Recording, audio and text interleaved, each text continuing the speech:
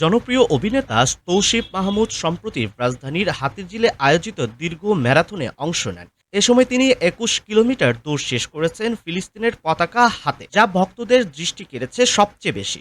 শুক্রবার ১৯ সেপ্টেম্বর ভোরে অনুষ্ঠিত এই ম্যারাথনে কয়েক হাজার প্রতিযোগীর সঙ্গে দৌড়ান তৌসিফ। দৌড় শেষে ফেসবুকে কয়েকটি ছবি পোস্ট করে তিনি লেখেন, মানুষ চাইলে কি না পারে, সীমাবদ্ধতা শুধু আমাদের মনের ভেতরেই থাকে। ২১ কিলো শেষ করলাম, কোনো কিছুই অসম্ভব নয়, সীমা শুধু আমাদের মাথাতেই থাকে। ২১ কিলোমিটার স্ট্রাগল। তার পোস্টে বোঝা যায় এত দীর্ঘ দৌড় একসময় তার কাছে অসম্ভব মনে হলেও অবশেষে তিনি তা জয় করেছেন। ভক্তরাও তার এই অর্জনে উচ্ছ্বাসিত প্রশংসা করেছেন।